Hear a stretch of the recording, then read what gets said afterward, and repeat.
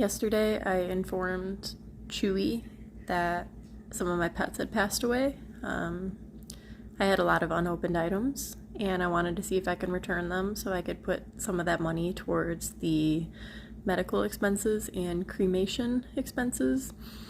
And they immediately, without question, just gave me a refund on all of those items and told me to donate them or give them to somebody who can make use of them. And within less than 24 hours, I get this on my... Now look at this. They went above and beyond, not just refunding the customer and providing an amazing experience and telling them that they can donate the products to somebody in need or to a shelter, but look at this. my front door.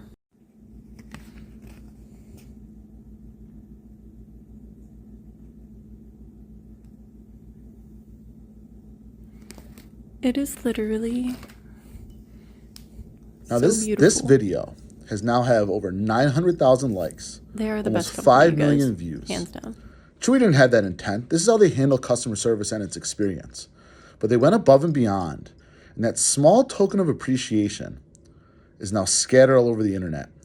And so many people have seen this video, and Chewy has gotten tons of awareness and a bunch of new customers.